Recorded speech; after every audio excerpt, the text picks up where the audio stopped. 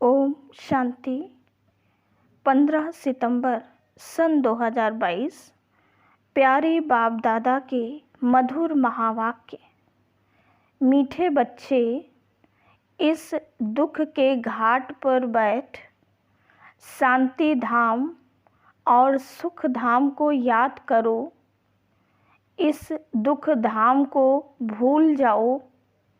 यहाँ बुद्धि भटकनी नहीं चाहिए। प्रश्न: तुम्हारे पुरुषार्थ का आधार क्या है? उत्तर: निश्चय। तुम्हें निश्चय है बाप नई दुनिया की सौगात लाई है। इस पुरानी दुनिया का विनाश होना ही है।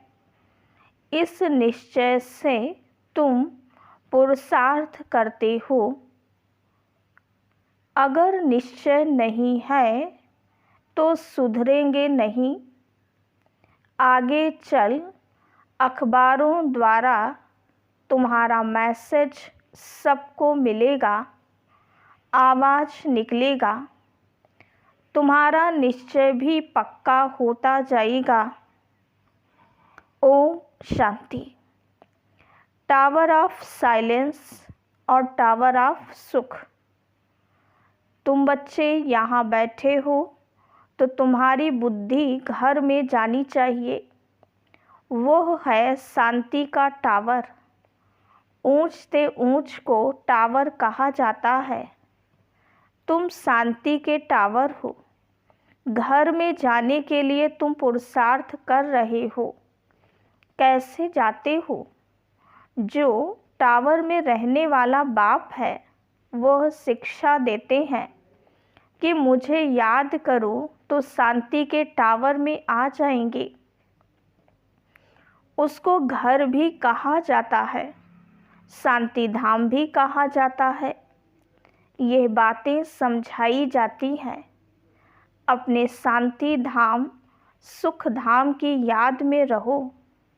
नहीं रह सकते हो तो गोया जंगल के कांटे हो, इसलिए दुख भासता है। अपने को शांति धाम के निवासी समझो।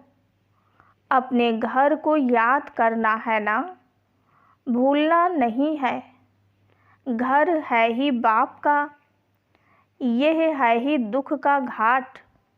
यहाँ बैठे भी जिनको बाहर की बातें याद आती हैं तो ऐसे नहीं कहेंगे कि इनको अपना घर याद है।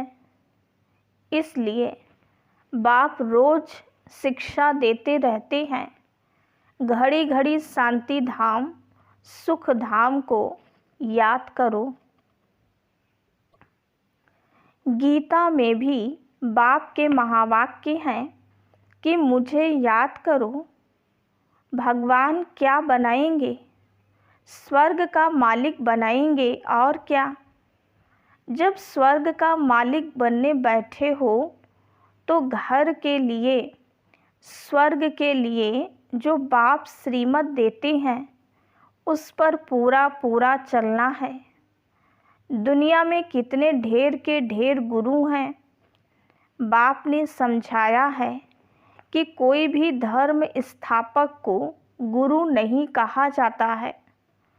वो तो सिर्फ धर्म स्थापन के लिए आते हैं, वापस ले जाने थोड़े ही आते हैं। गुरु अर्थात जो वापस निर्वाण धाम वानप्रस्थ में ले जाए। परंतु एक भी गुरु वापस ले जाने वाला है नहीं। एक भी निर्वाण धाम में जाते नहीं। वाणी से परे अर्थात घर। वानप्रस्थ का अर्थ ना गुरु लोग जानते ना फॉलोअर्स ही जानते। तो बच्चों को कितना समझाया जाता है। यह चित्र हैं सतयुग के और वह चित्र हैं त्रेता के। उन्हों को भगवान नहीं कहा जाता है। लक्ष्मी नारायण को भी भगवान भगवती नहीं कहा जाता।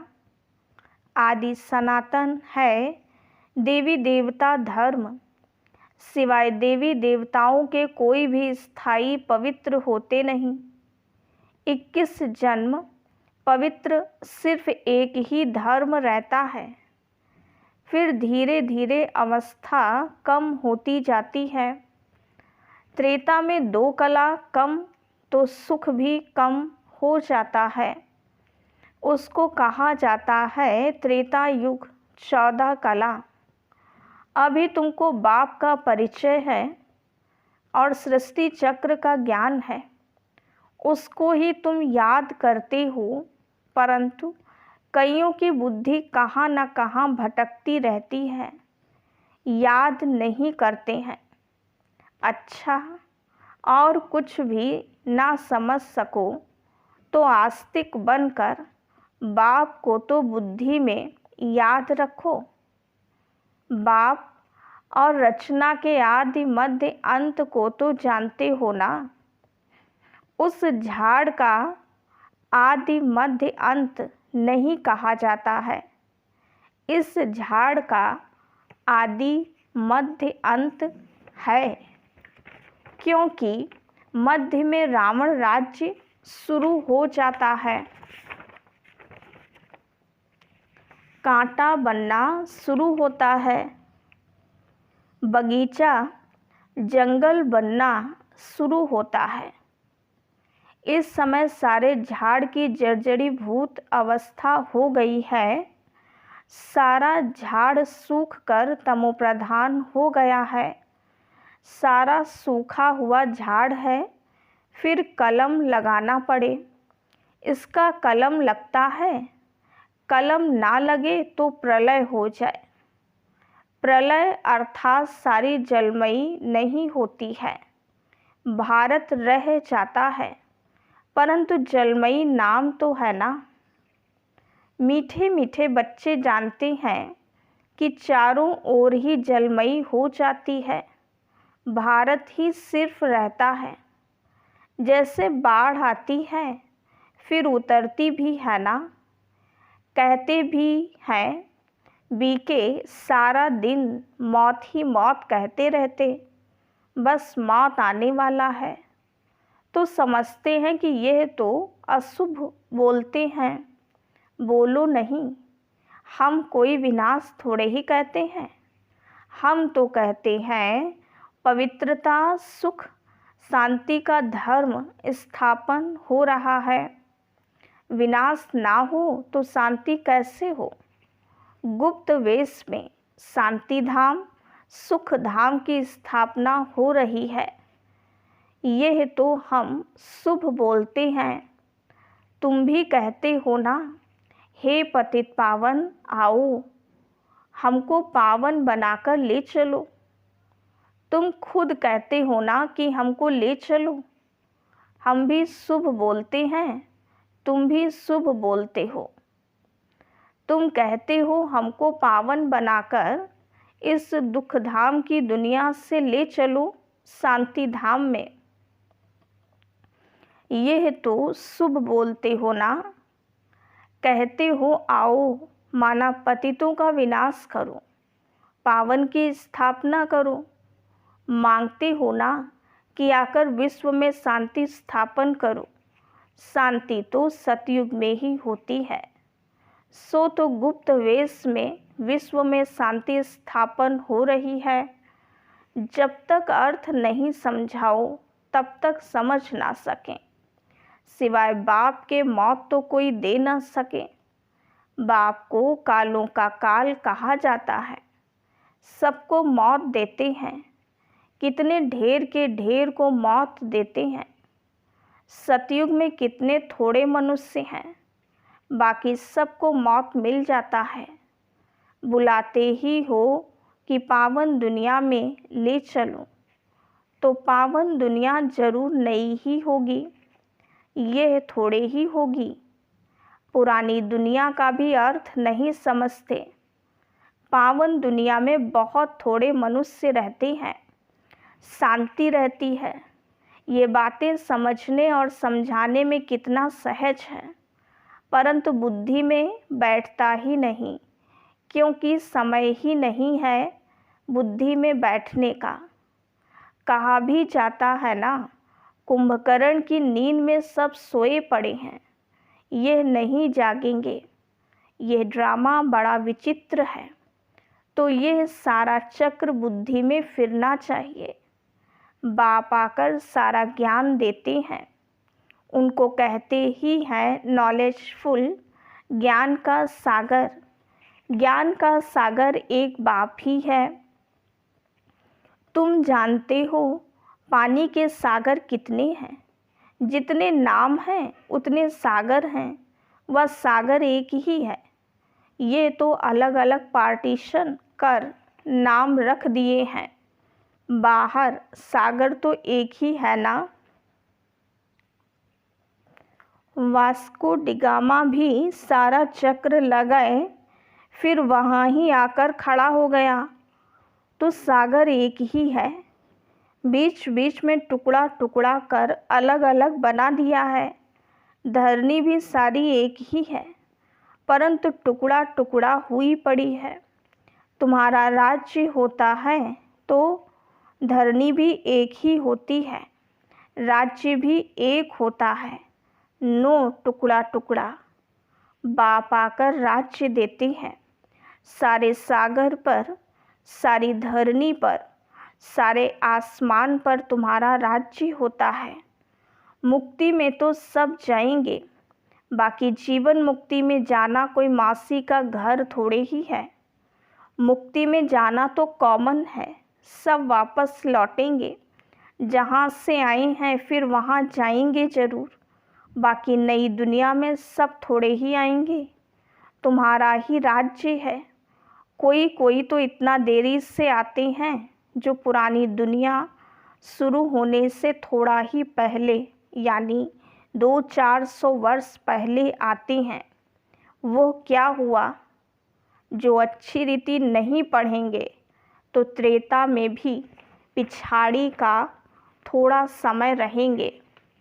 16 कला तो कभी बन न सकें, 14 कला के भी पिछाड़ी में आएंगे। उनको सामने दुख की दुनिया देखने में आएगी, कांटों की दुनिया के नज़दीक आ जाएंगे। वहाँ कोई ये मालूम नहीं पड़ता है।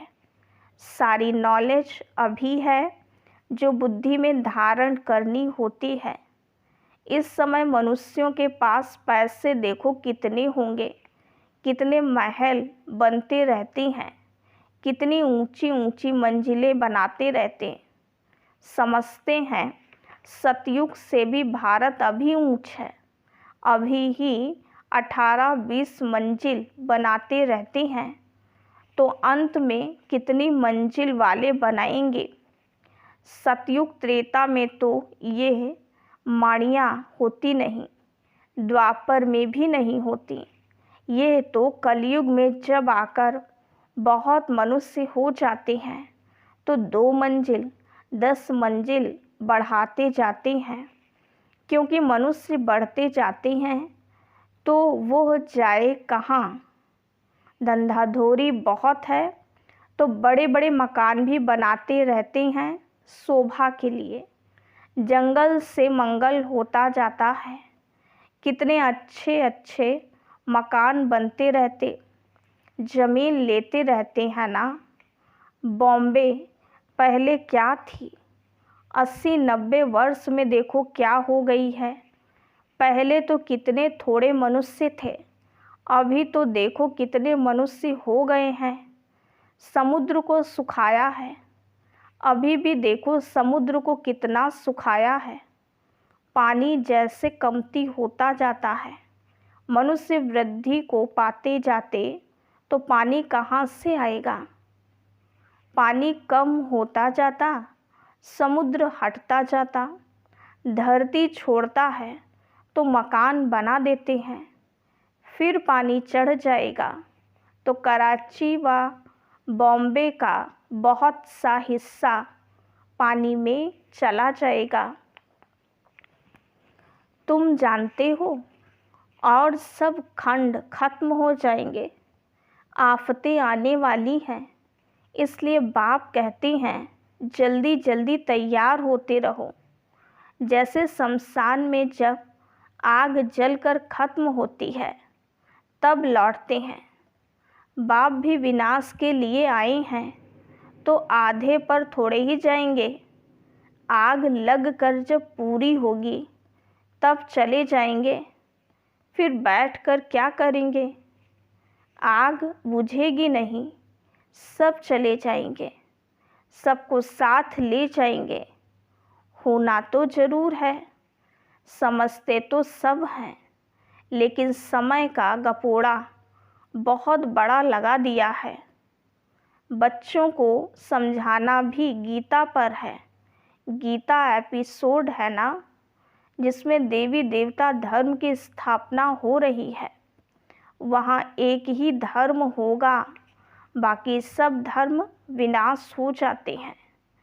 सिर्फ ये गीता ही है जो भगवान ने गाई है। मनुष्यों ने भक्ति मार्ग के लिए बैठ शास्त्र बनाए हैं। ऐसी ऐसी पॉइंट्स धारण कर फिर सुनानी चाहिए। कहते हैं बाबा भूल जाते हैं, धारणा नहीं होती है। बाबा कहते फिर क्या करें? राजधानी स्थापन होती है, इसमें नंबरवार तो सब चाहिए। सबके ऊपर कृपा करने की ताकत हो तो बाप स्वर्ग का मालिक सबको बना दे, लेकिन नहीं, यह तो बनने ही हैं नंबरवार। ये कोई भी समझ सकते हैं कि भगवान आया हुआ है। भगवान जरूर स्वर्ग की सौगात ले आएंगे। नई दुनिया स्थापन करने आते हैं तो जरूर संगम पर ही आएंगे नई दुनिया स्थापन करने। तुम सुनते हो और निश्चय से पुरुषार्थ करते हो। जिनको निश्चय ही नहीं वो कब सुधरेंगे ही नहीं। भल कितना भी माथा मारो तो बाबा के अवतरण का पैगाम सबको देना है, मैसेज देना है। आगे चल अखबारों में पढ़ ही जाएगा। जैसे तुम्हारा नाम बदनाम भी अखबारों द्वारा हुआ, फिर नाम वाला भी अखबारों द्वारा ही होगा। दुनिया तो बहुत बड़ी है, सब जगह तो तुम बच्चियां जा नहीं सकेंगी। कितने शहर हैं, कितनी ढेर भाषाएं हैं। अखबारों द्वारा सब जगह आवाज़ पहुंच जाता है। कोई भी आएगा कहेगा हाँ अखबारों द्वारा आवाज़ सुना है, तो तुम्हारा नाम अखबारों द्वारा ही होगा। ऐसा नहीं समझो कि सब तरफ तुमको जाना पड़ेगा, फिर तो पता नहीं कितना समय लग जाए। अखबारों द्वारा ही एक्यूरेट सुनेंगे। तुम कहते भी हो कि बाप को याद करो तो पाप कट जाएंगे। अखबारों में तो पढ़ना ही है। अब तुम्हारा नाम वाला होगा तो फिर बढ़ता जाएगा। जैसे कल्प पहले पता पड़ा होगा वैसे ही समय पर पड़ेगा। सबको मैसेज मिलेगा। युक्तियाँ चल रही हैं, बहुत अखबार वाले डालेंगे। किसको बुद्धि में बैठा और डाल देंगे। सब धर्म वालों को मालूम पड़ जाएगा। तब तो कहेंगे अहो प्रभु तेरी लीला। पिछाड़ी में बाप की याद सबको आएगी, परंतु कुछ भी कर नहीं सकेंगे। ये खेल है ना, खेल को जान जाएंगे। 84 चक्र का खेल सब अखबारों में पड़ जाएगा। जहाँ भी जाओ अखबार जरूर निकलते हैं। अखबार द्वारा सबको आवाज़ तो पहुँचता है ना। तुम्हारी बातें तो सबसे ऊंच है ना। विनाश का समय भी तो जरूर आना ही है, ड्रामा प्लान अनुसार। जैसे कल पहले मालूम पड़ा होगा, अभी भी पड़ेगा। धीरे धीरे स्थापना होती है ना। संगम युग याद पड़े तो स्वर्ग भी याद पड़े। स्वर्ग को याद करो और मन मना भव। बाप को भी याद करो तो बेड़ा पार हो। जब तक विनाश ना हो शांति कहाँ से आए। विनाश का नाम ही कड़ा है। मनुष्य सुनकर बहुत डरते हैं। ये तो राइट बात है ना। पतित दुनिया में अनेक दुख हैं, पावन दुनिया में अनेक सुख हैं। बाप देखो सौगात कैसी लाते हैं। अच्छा, मीठे मीठे सिकीलधे बच्चों प्रति माता पिता बाप दादा का याद प्यार और गुड मॉर्निंग। रूहानी बाप की रूहानी बच्चों को नमस्ते। हम रूहानी बच्चों की रूहानी बाप दादा को याद प्यार गुड मॉर्निंग और नमस्ते। धारणा के लिए मुख्य सार। पहली पॉइंट, पढ़ाई को अच्छी तरह पढ़कर ऊंच पद पाना है। आफतें आने के पहले नई दुनिया के लिए तैयार होना है। दूसरी पॉइंट, अपने को सुधारने के लिए निश्चय बुद्धि बनना है।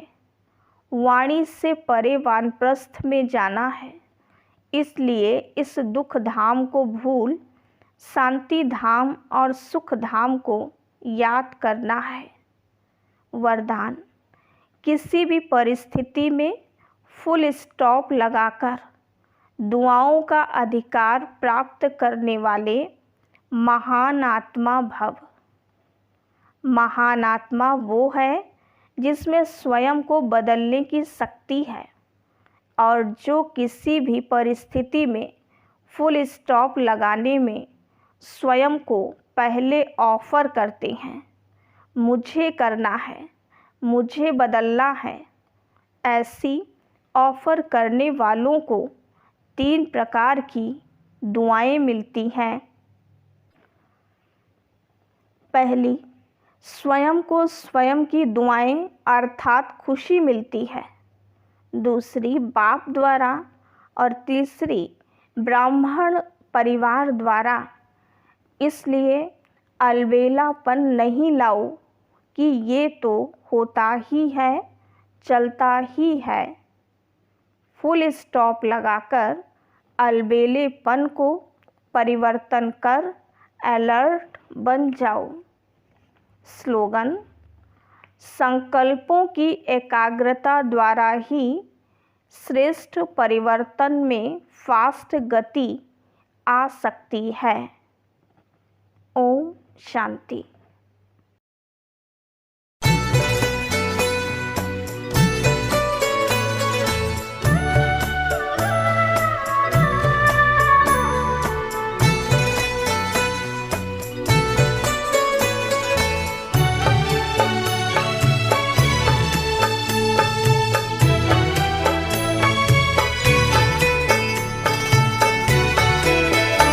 जाने क्या देखा मुझ में, जाने क्या देखा मुझ में, मुझे प्यार कर लिया। मेरे लाडले कहा, मेरे लाडले कहा, आंचल में भर लिया। जाने क्या देखा मुझ में,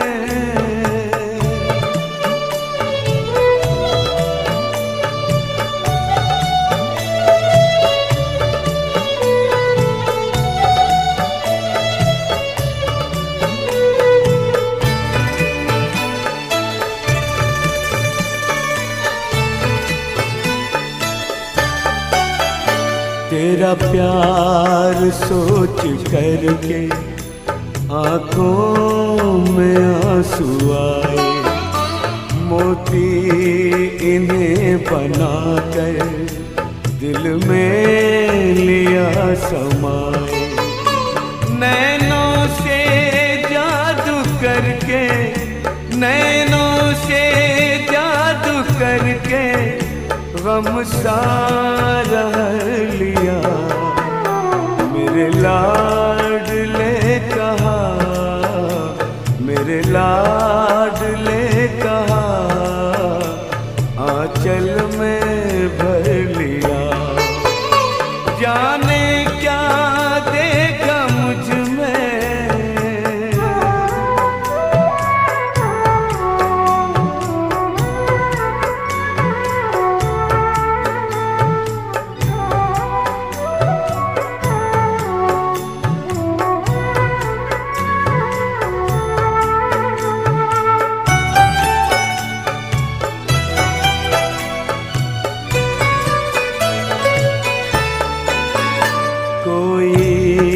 नहीं थी खूबी, काबिल न थे तुम्हारे, सोचा नहीं कभी था बदलेंगे दिन हमारे।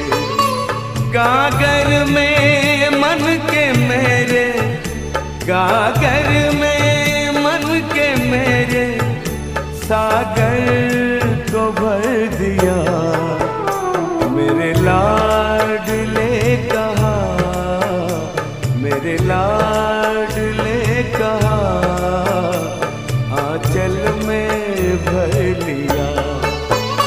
जाने क्या देखा मुझ में,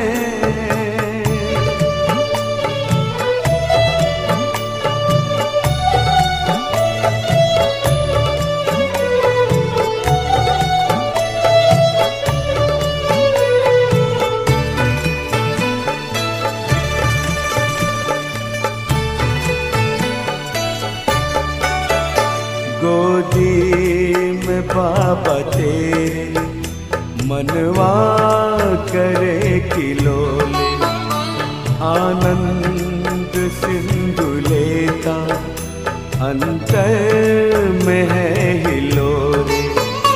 अपना बना के हमको, अपना बना के हमको, क्या से क्या कर दिया। मेरे लाडले कहा, मेरे लाडले कहा, आंचल में भर दिया। जाने क्या देखा मुझ में, जाने क्या देखा मुझ में, मुझे प्यार